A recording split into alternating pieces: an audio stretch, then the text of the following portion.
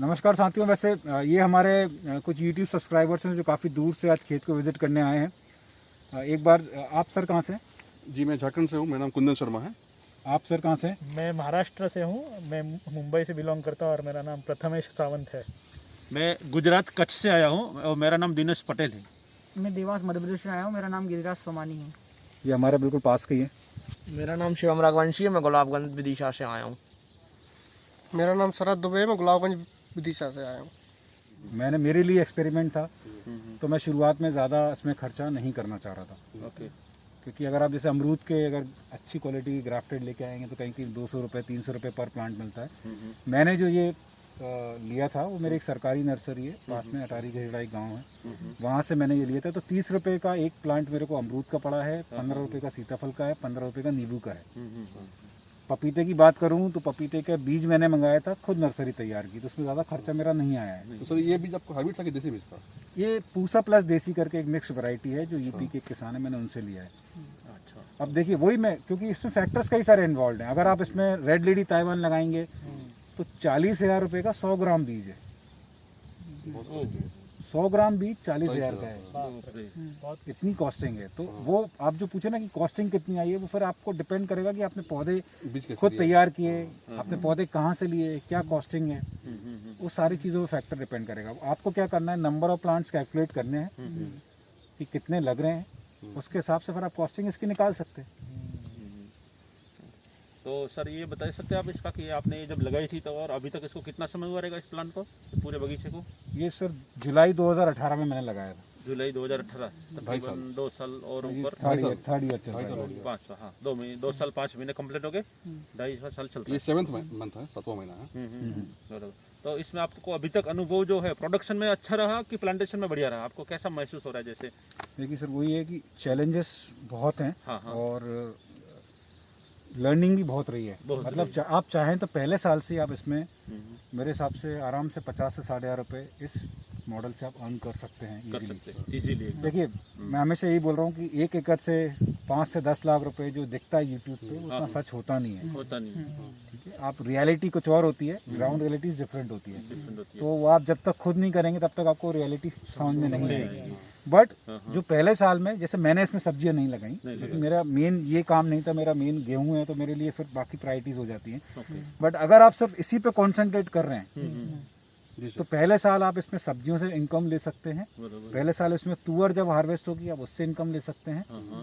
पहले साल आप जब इसकी ड्रम स्टिक हार्वेस्ट होगी तब उससे इनकम ले सकते हैं। तो ये 3 क्रॉप ऐसी हैं जिससे आप पहले साल में ही इनकम ले सकते हैं। सेकेंड ईयर आप इसमें पपीते से इनकम ले सकते हैं। मैंने 2018 में पपीता नहीं लगाया, मैंने 2019 में लगाया। एक साल वो लेट हो गया। जी। तो अगर आप सब कुछ आइडियल लेके चलेंगे तो पहले साल आप इसमें सब्जियों से, आपका तुअर से और ड्रम स्टिक से पैसा कमा सकते हैं। सेकेंड ईयर आप इसमें पपीते से, सब्जी से, तुअर से, ड्रम स्टिक से, ये 4 चीज़ों से पैसा कमा सकते हैं। Third year I would not suggest कि आप तीसरे साल से अमरूद का उत्पादन लें। जैसे मेरा शुरू हो गया था बट मैंने वो कलियाँ तोड़ दी थी। मैं अगले साल से अमरूद से प्रोडक्शन लेना शुरू करूँगा। तो आपका अमरूद से 4th ईयर ऑनवर्ड्स अमरूद से भी आपका पैसा मिलना शुरू हो जाएगा। पपीता खत्म हो जाएगा आपका 2 साल बाद। बराबर। तो फिर आगे जाके वो मॉडल भी उसी तरीके से डिज़ाइन किया गया है कि क्योंकि मैं थोड़ा सा लेट हो गया पपीते लगाने में, सो दैट जब आपका अमरूद बढ़े, आपका जब सीताफल बढ़े, नींबू बढ़े, तब तक आपको ये खत्म हो जाना चाहिए। क्योंकि फिर आपका मेन क्रॉप है वो शुरू हो चुका है। फिर आप उसमें सब्जियां नहीं ले सकते अदर देन मिर्ची, क्योंकि मिर्ची को छांव चाहिए, बाकी सब फसलों को, सब्जियों को धूप चाहिए। तो उसमें आप थोड़ी सी पार्शियल शेड में फिर आप हल्दी ले सकते हैं, आप अदरक ले सकते हैं। द होल आइडिया इज कि आप जितनी भी जगह है उसको जितना मैक्सिमम यूटिलाइजेशन आप कर सकते हो। फिर उतना पूरा ध्यान एक ही जगह होगा तो ये पॉसिबल है। सर बिल्कुल। सहजन में जो इरिगेशन का है कि ये फ्रूटिंग के टाइम इसमें इरिगेशन। हाँ बिल्कुल। वो मैं जैसे लास्ट वीडियो आपने अगर मेरा देखा होगा, मैंने यही बताया था कि जब मैंने मोरिंगा लगाया था तो लैक ऑफ एक्सपीरियंस के कारण हमने, क्योंकि क्या वेजिटेटिव ग्रोथ थी तो उस समय हमको अमरूद में भी पानी देना पड़ता था। तो उस कारण हमने जो पानी था वो ड्रम स्टिक में भी चला गया तो उसकी फ्लावरिंग होगी, ड्रॉप होगी। अभी जैसे कल बारिश हुई, आप देख सकते हैं इसके फ्लावर्स ड्रॉप होना शुरू हो गए। तो उसको पानी बहुत कम चाहिए। तो अब हमने क्या है कि इसमें ड्रिप से हमने पहले 2 साल हमने स्प्रिंकलर से पानी दिया था, अभी हमने ड्रिप इंस्टॉल कर दिए। तो अगर हमको इसमें पानी नहीं देना है ना तो ये ड्रिप हम उसको तने के पास रख देंगे। ये एक मिथ है कि हमको तने के पास पानी देना है, जबकि हमको जब भी पानी देना है तने से दूर देना है। दूर देना है, राइट। बरोबर, बहुत तो बढ़िया। जब भी पानी देते हैं आप इसको पास में कर देते हैं सहजन को। जब भी पानी सहजन में नहीं देना है हाँ, तब हम उसको पास में कर देते देना हैं। है तो दूर कर देखिए मैं आपको एक और तरीका बता रहा हूँ, ये वापसा जो मैं बोलता हूँ ना वो बहुत इम्पोर्टेंट है। चारों जो व्हील्स हैं मतलब नेचुरल फार्मिंग के, जीवामृत, बीजामृत, मल्चिंग और वापसा। वापसा इसलिए इम्पोर्टेंट है कि पानी ना ज़्यादा ना कम, बेसिकली वो 50% एयर 50% जो वेपर की बात है ना।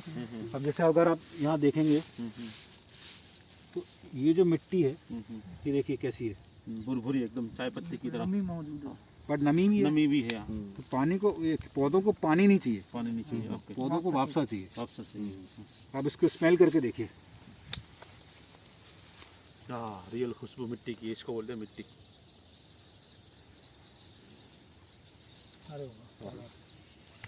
ये बोलते हैं मिट्टी सर, इसे ये होती है मिट्टी। ये मिट्टी नहीं, इसको सोना बोई भी बोल सकते हैं आप, क्योंकि ऐसी खुशबू हमको कहीं भी कोई भी मिट्टी में अभी तक नहीं आई। नहीं आई है। हमने इतना मिट्टी में घूमे वहाँ पर भी, तो भी हमको ऐसी खुशबू नहीं आई थी। तो वही मैं बोल रहा हूँ सर, नेचुरल फार्मिंग में खेती को कभी भी कॉम्प्लिकेट ना करें। क्या है कि जितना ज़्यादा आप उसमें कॉम्प्लिकेशन करेंगे ना उतनी फिर आपको प्रॉब्लम होती है। नेचर है सर, रोग लगता है, आप देख सकते हैं इसमें अभी भी नींबू में भी रोग लगा हुआ था, आप देख सकते हैं। ये देखिए, ये कैंकर, ये थोड़ा सा इसमें कैंकर रोग था, लीफ माइनर भी था। ठीक है, but nothing to worry about, nature पे सब छोड़ दीजिए। अभी आप देखें थोड़ा सा स्प्रे हमने किया, ये पत्तियां आप देखें नई कितनी अच्छी आ रही है। अरे सर ऐसा पाया गया ना कि हम लोग देखते हैं जो होती है टॉप लिव्स वो हमेशा सिकुड़ती हैं, टॉप लिव्स वैसा क्यों होता है, सिकुड़ जाती हैं? वो सर लीफ माइनर की वजह से होता है। अच्छा, आप स्प्रे अगर इसमें रेगुलरली करेंगे, देखिए मैं बता रहा हूँ, कभी कभी क्या होता है, मेरा जैसे मैंने बताया ना, मेरा ये मेन नहीं है क्रॉप नहीं है। मेरा मेन जो है ब्रेड एंड बटर, जिससे मेरी अर्निंग है, वो है मेरा शरबती गेहूँ। तो एक महीने मेरा पूरा ध्यान वहीं चला गया शरबती में, तो मेरा एक महीने स्प्रे नहीं हुआ यहाँ।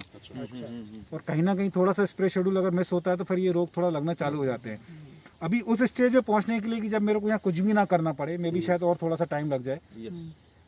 जब बिल्कुल ही नेचर के भरोसे छोड़ दूंगा मैं, तो शायद उसमें थोड़ा सा और टाइम लगेगा, लेकिन अभी फिलहाल थोड़ा तो मेरे को स्प्रे करना पड़ता है इसमें। अदरवाइज अदर देन स्प्रे कोई ज़्यादा मेहनत नहीं है इसमें। बीच बीच में हम इसमें जीवामृत दे देते हैं। बरोबर है। हाँ सर, आप बता रहे थे कि पपीते की इनकम 2 साल के बंद हो जाती है, कि 2 साल के बाद बंद होती है। तो हमने एक पंचस्तरीय फल बाग का मॉडल देखा था, तो उनका ऐसा कहना था कि इसके पहले उन्होंने पपीता लगाया था, तो जैसे पपीता 1.5 साल में ख़त्म हो गया उनका, तो फिर 1.5 साल के बाद पपीते की जगह उन्होंने बनाना केला लगा दिया। तो कर सकते हैं। देखिए, तो उनका जो इनकम डिपेंड करता है कि आपके आसपास की जो मेन क्रॉप्स है उसकी कैनोपी कितनी बढ़ गई है। हाँ, अच्छा, अगर आप मान लीजिए इतने घने उसमें फिर पपीता लगाएंगे अभी, तो उसको फिर धूप कैसे मिलेगा ना। बरोबर है, केले को जो भी मतलब आप केला लगाएंगे अगर, उसमें धूप कैसे मिलेगा फिर? बरोबर है। तो वो भी आपको सोचना बहुत ज़रूरी है। सनलाइट देखिए, अगर आपको शायद जान के आश्चर्य होगा कि सिर्फ जो 98 से 98.5% जो खाना है ना पौधा, वो सिर्फ हवा से, सूरज की रोशनी से और पानी से लेता है।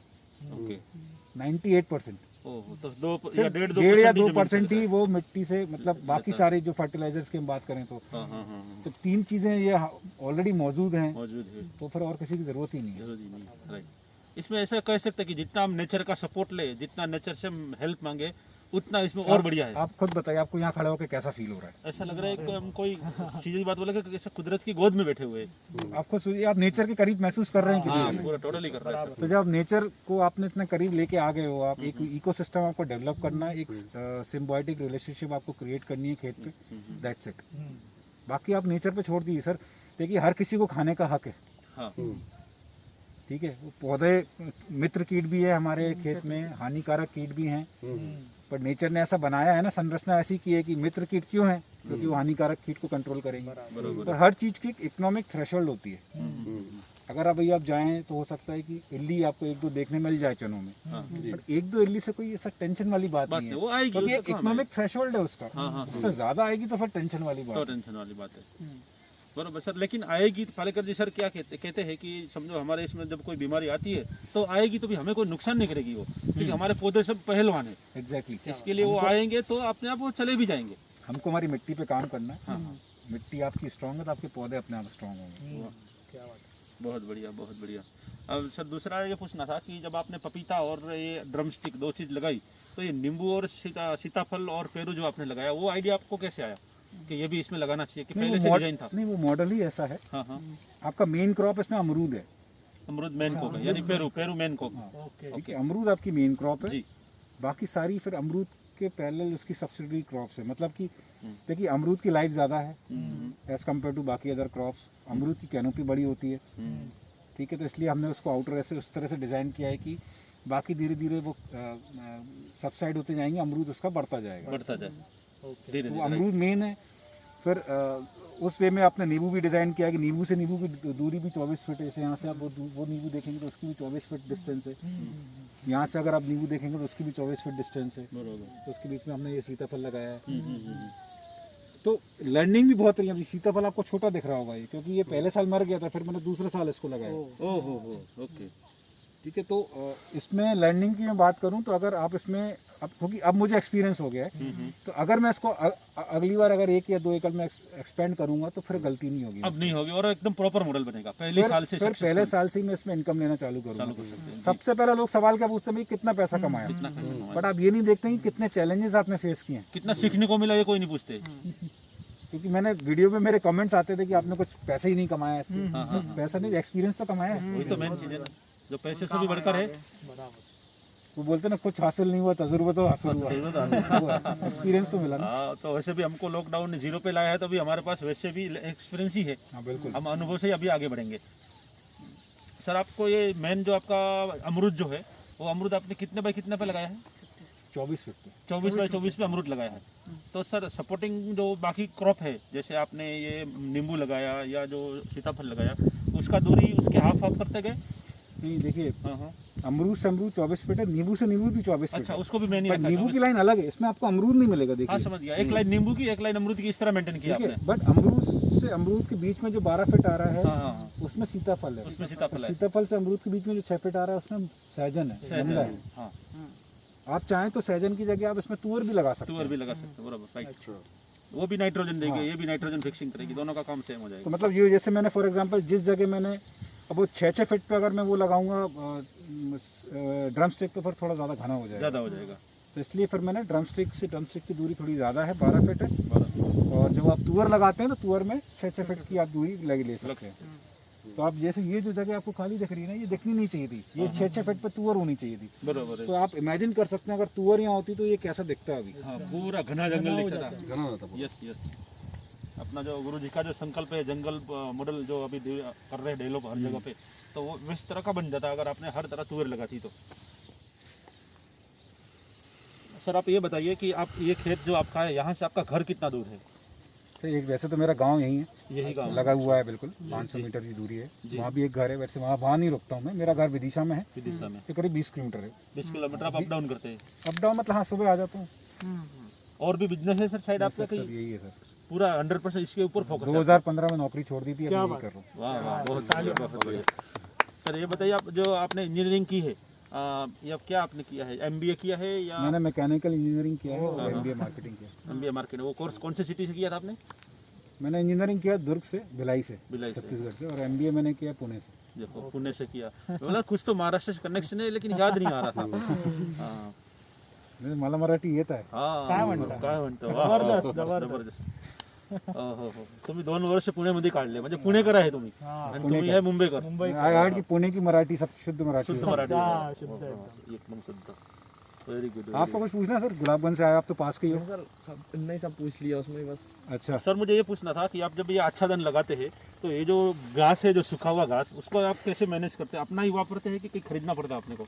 नहीं खरीदना नहीं सर, देखिए पहली बात तो वही मेहनत, अगर आप अपने ही खेत में इतनी मिल जाएगी। हाँ हाँ ये क्या है, ये मेरे एक किसान मित्र हैं, हाँ हाँ धान की खेती करते हैं, हाँ, वो हर साल जलाते हैं। जलाते हैं, तो खुद बोले भैया आपको लेना तो प्लीज़ ले ले जाइए, जाइए। तो फ्री में मिलता है वो तो। ओहो, अच्छा, ओके। तो ये मैं गेहूं वही की भी इसमें यूज कर सकते हैं। गेहूं की भी आप, वैसे गेहूं से अच्छा धान की पराली है, क्योंकि क्या है, धान की भूसा जो हो जाता है ना, वो बारीक हो जाता है। हाँ तो हाँ, हमको बारीक भूसे, बारीक जो मल्चिंग, उससे बचना चाहिए हमको। ओके हमेशा आप जब भी डालें इस तरह से आप डालें, ओके ओके। ताकि हवा जाती रहे उसमें।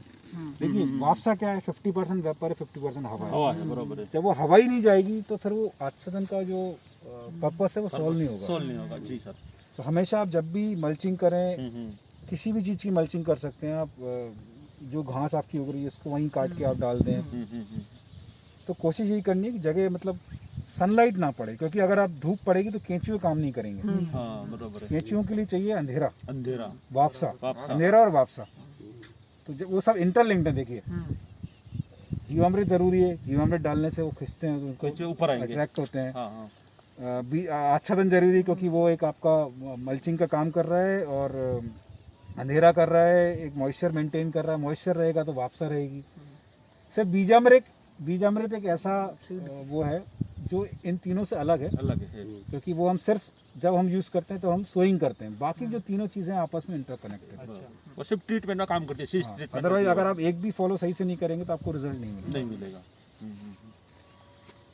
आपको मंडी पास में पड़ती है सब बेचने के लिए कि व्यापारी यहाँ के लेके जाते हैं सब? नहीं सर, अभी जैसे पपीता, मेरा एक फ्रेंड है भोपाल में, उनका एक आउटलेट है। हाँ उनको मैं दे रहा था, रेट भी अच्छा दे रहे थे, वो 30 रुपये किलो दे रहे थे जी। बाकी तो अभी तो इससे तो कुछ और प्रोडक्शन आया नहीं है। ड्रम स्टिक की पहले ही बात होगी, वही खरीदेंगे। और बाकी मेन तो मेरा वो है गेहूं है और धान है। तो धान बोल रहा हूँ, गेहूं और बाकी चना है, मसूर है। तो सर ड्रम स्टिक को कितना साल पुराना पेड़ है ड्रम स्टिक का?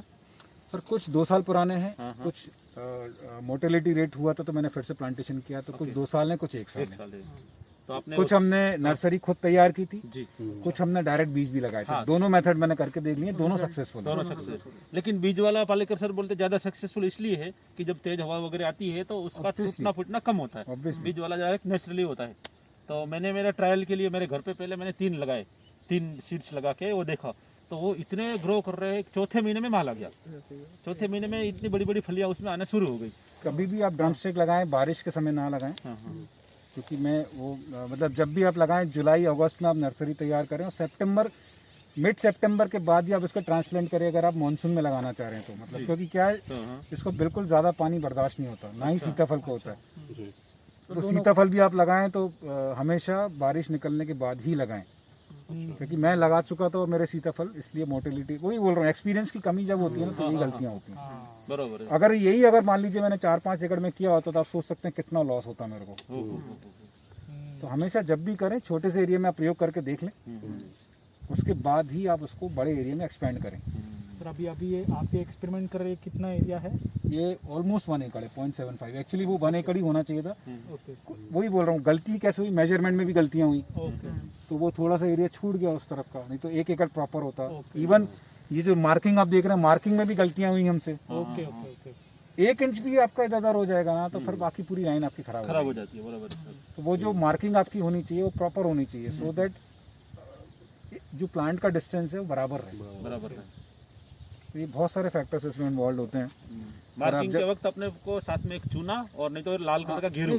चूने से तो मार्किंग करते हैं, बट आप जब मार्किंग करते हैं तो वो जो डिस्टेंस आता है ना 3x3 फीट या 12x12 फीट, वो हर पॉइंट से बराबर आना चाहिए।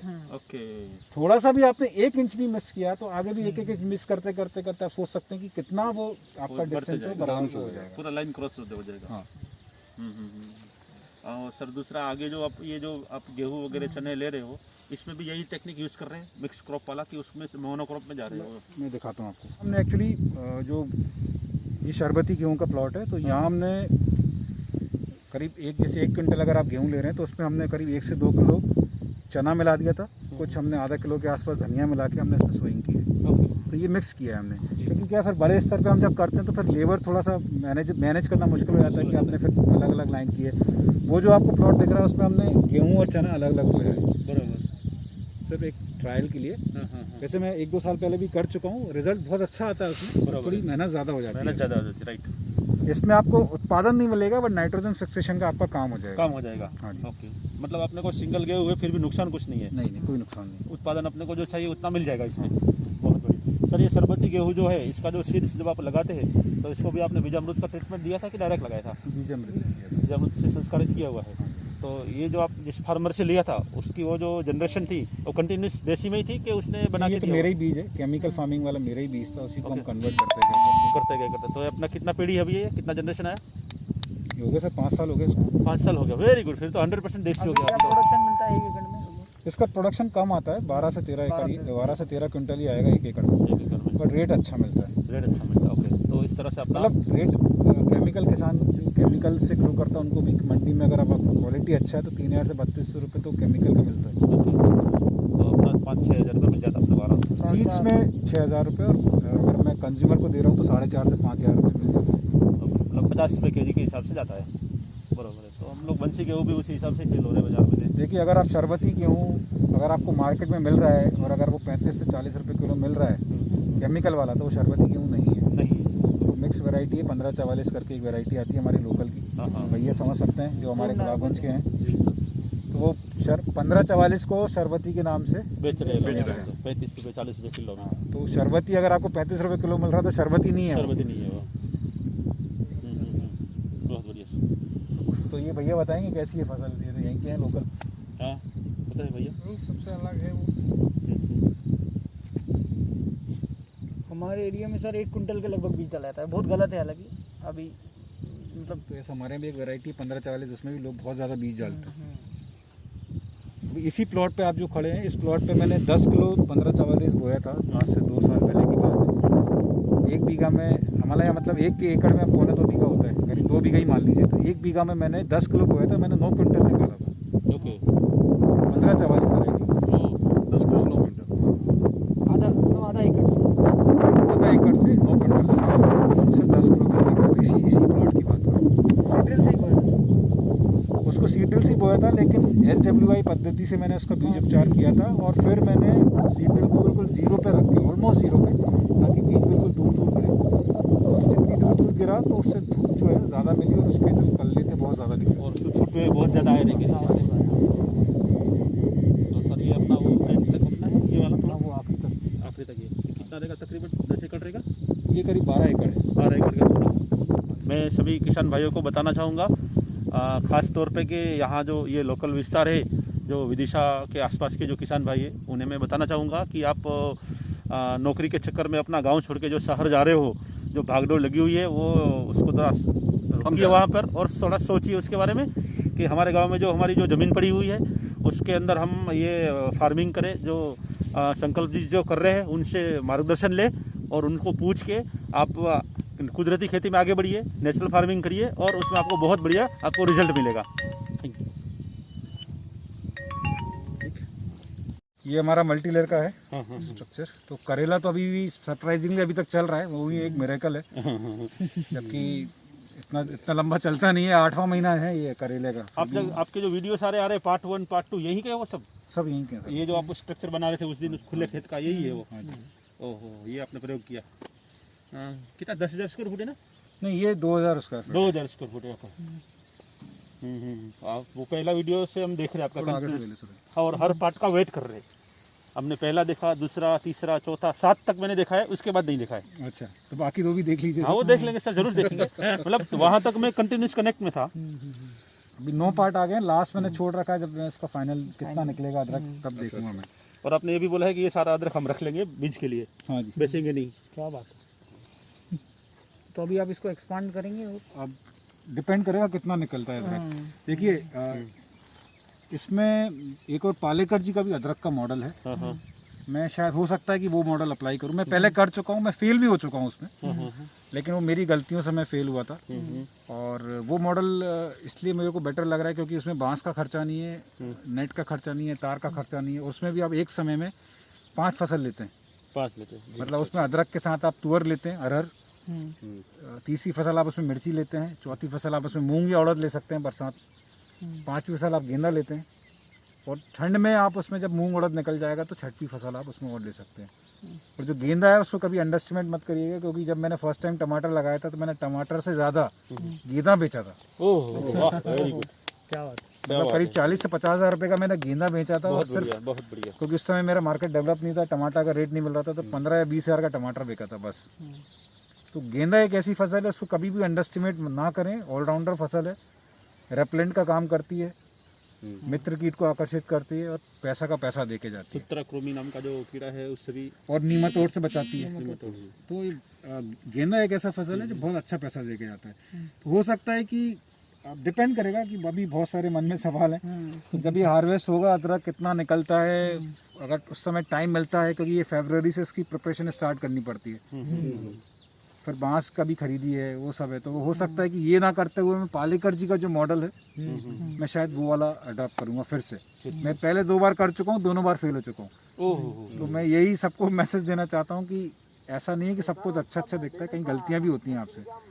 तो लकीली दोनों बार मैंने कम स्केल पे किया था, तो ठीक है, बच गया मैं। बट अगर आप ज़्यादा बड़े स्केल में करना चाह रहे हैं तो एक बार आप पहले लगा के देख लें।